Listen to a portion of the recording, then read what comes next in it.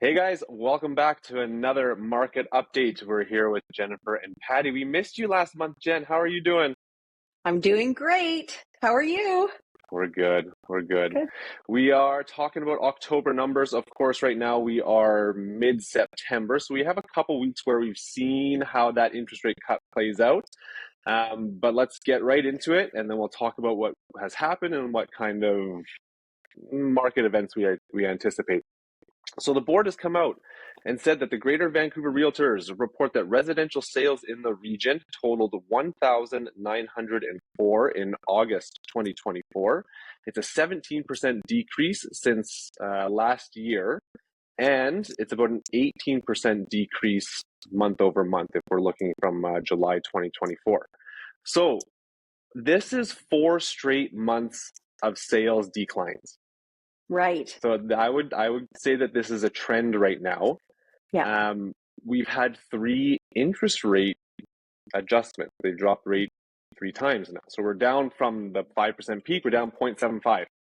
So my question to my panel of experts, despite the drop in rates, why are sales still declining?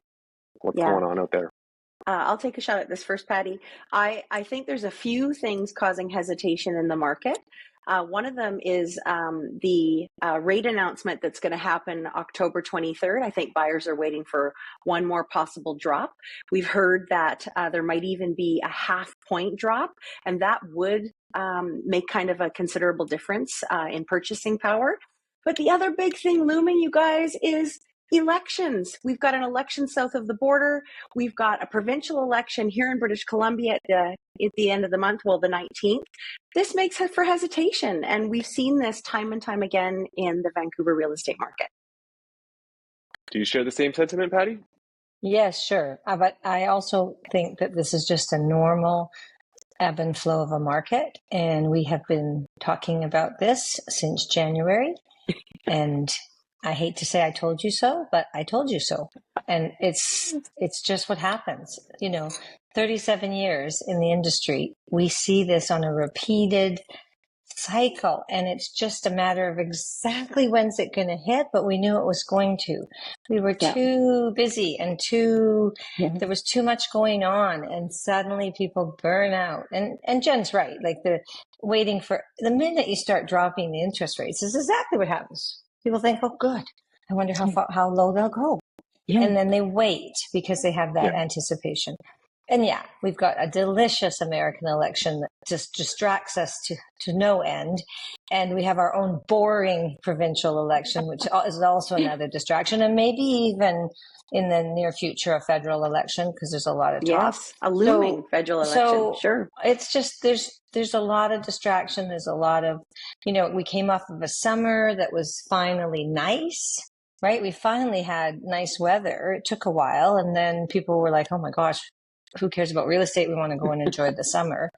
And They just haven't come back. And we were waiting, like the last few weeks, I've just been watching to see what I think is going to happen. And my personal opinion is that it'll be spring before we see too much. Well, further to that, activity. what's the incentive? What's the incentive for buyers to come back? I mean, you've had 3 rate reductions. It's really a drop in the bucket because they're still qualifying at a stress test of 6-7%. The borrowing costs are still really high. And when you hear that it's going to get cheaper, okay, you can complete later, you can have a couple more rate announcements, or you can wait. But then you're timing the market, and we always advise against that, right? We always say do what's best for you when the timing is right. But one other thing, Adam. Oh, sorry. Go ahead, Jen. Well, I was going to say the incentive for buyers right now is there's actually quite a bit to choose from. And when they find a seller that really kind of needs to sell, you have the opportunity for negotiation. So this is when we really want to encourage our clients, hey, if the numbers add up for you now, then now is the right time. Yeah. And I would say certainly with our listings, because of what I believed was going to happen, we were pretty cautious about pricing. And we're really advising the sellers to be very, very close to what we thought it would sell for in terms of their asking. And we have some really good listings. We sure do. That are very, very sharply priced. And we're seeing minimal activity. It's interesting. I just want to tell you, my kids are looking in Victoria, and they are every time they're going into a house. Oh, that's kind of a first-time buyer. Well, they're kind of a second, but anyway, it doesn't matter. There's a price point where they're still seeing multiple offers over there, so Right. it is regionally interesting. It's not everywhere, not everywhere. So, as we talk about new listings and our listings, there was 4,109 detached, attached condo listings newly listed for sale in the region for August 2024. It's a 4.2% increase compared to last year. But the important, when you look at the stats, you look at the graph, over the course of the year for new listings, so this is telling you sellers' activity, the peak for new listings was in April. And since then, we've actually had 4 straight months of declines in new listings getting to market. So the new listings have fallen 26.5% from July 2024. I checked the MLS at about 9:20 this morning. There were already 20 new listings uploaded in just Richmond, and just detached. And I was like, "Whoa, this is a little early for that kind of activity," but it absolutely is happening. We are seeing a lot of people calling, thinking about moving, and thinking that it's time, and suddenly the buyers aren't there, fast and ready. To move on from that, we want to talk about total number of listings, because I think that speaks to the health of the market as a whole. When we are looking at the total number of listings across Metro Vancouver, there's 13,812 listings. That's a 37% increase from August 2023. If we look month over month, it's actually the first time it's dipped in inventory all year. So there's a negative 3.5% drop in inventory just from July. So my question to you guys is, there was a drop in new listings over the summer. There's a slight drop right now. I mean, that's probably picked up since we're mid-September right now. But do you think sellers are trying to get in and sell as the top of the market before there might be fewer buyers, more price adjustments? Like, what do you think their motivation is to get into the market? Well, I mean, let's face facts. Sellers need to sell because people have lives. So people have transition, they have different needs. Suddenly the number of people living in their home is different, their financial, people have to sell. This isn't always market driven or investment driven. So I think what we're seeing is just, this is people's lives and this is what's happening. And now they have to deal with the market. And don't forget, as inventory builds up, then unless buyers buy, then inventory builds up again and again. And it, to Jen's point, divorce, death, transfer of job, wanting to take money off the market to give your kids, wanting to, take money out for your retirement, whatever the reason, those reasons don't go away. Certainly a small percentage of listings that we see are not really interested in selling unless they get some magical price. But most people are pretty committed once they decide to sell. Yes. Not all, but most. Awesome. A couple more points here. We're talking about sales to active listing ratio. So we want to know how, the speed of the market. This has been the 4th consecutive drop in sales ratios. So what this is saying is that month over month, buyers are becoming even less active. So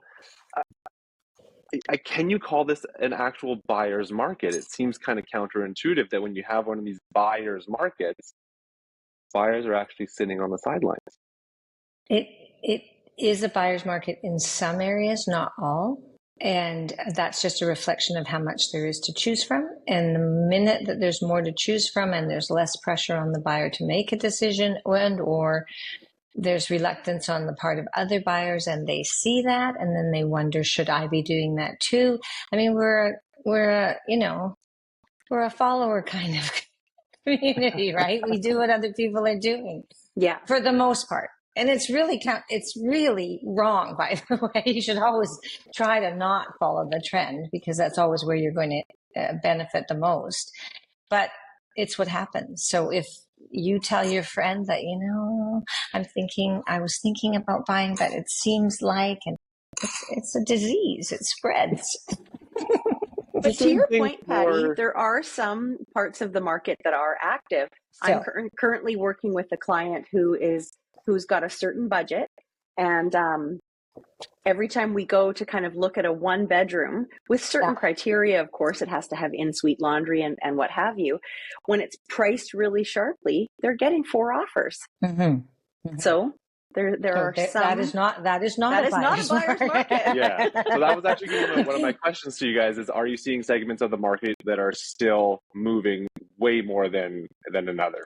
Yeah, for sure. The lower end. The lower end of condos and detached. I feel townhomes are quite slow right now. I don't know what you guys think, but that's what I'm seeing. Yeah. Are you guys, Jen, when you have that buyer out, are you noticing that a lot of it is still first-time buyers, give or take, coming into the market, or are you seeing that investor buyer kind of compete with you? Not seeing the investor buyer, seeing first-time home buyers, seeing actually a lot of parents helping kids get into their first place, really seeing that a lot. I do hear a lot about this idea of the transfer of wealth, where baby boomers are kind of helping that next generation. I think that's something that's really taking place right now. Yeah. But Adam, to the point of an investor, our government has made it very unattractive to be a landlord. It's to the extreme that people are desperate to get rid of their property at any cost to not have to deal with tenants anymore. So this has kind of set us up for predictions for the fall and getting into the winter. Patti, you've already said, the ship isn't turned around until spring. So my question to you guys is, with inflation slowing, with interest rates dropping, will we see more of a balanced market or more volatility in the next, let's just say 4 months? Let's try to predict until right before spring. So let's say until the end of February. What do you guys predict? I think it'll be a balanced market. And I think we're going to see a little blip once everybody gets really bored over Christmas and they're all talking to their families and they're over the dinner tables and they're kind of saying, what are you up to? And, where's Johnny going to be living next year? All this kind of stuff. We're going to see that little blip and it's all going to start in January. But I think balanced market through the balance of 2024. And, Adam, I was talking to some sellers today because, of course, we talk to our sellers as they're for sale and we have to adjust their expectations based on what's going on. And as I said to one, look, the market's already adjusted. It's not going to sink to the bottom. It's already adjusted. It's going to take some time. It's what happens. And things still sell because if you're priced right and your property is ready, as we advise you to do, then you're still going to sell. It might not be quite as amazing as you thought it was going to be, but it may even itself out on the other side anyway. So we really need to keep that in mind. We all love to sell for high and buy low, but even if we just buy and sell in a balanced market, we can still do that, and we will continue to do that. There's no doubt in my mind. It's just not going to be as fast and furious as it was. That's all. Yeah, you're just kind of saying that it might balance out in the end because you might sell for a little less, but then you're likely going to buy for a little less. Yeah, and that's what I was talking about that with one of my sellers. Yeah, I was talking about that with one of my sellers this morning. We just have to watch. That's what we're doing. I always say I don't cook, but I watch the market. How about you guys? Well, I might try to cook it there and here and there. Awesome. I think that's going to wrap up our market update, unless anybody has any wise words of wisdom to impart. No, just work with a qualified realtor who's giving you good advice. That's what we always say, right? Fantastic. Jen, go say hi to that cat behind you, and audience, we'll see you next month. Sounds great. Thanks, Adam. Thanks, Patti. Bye for now.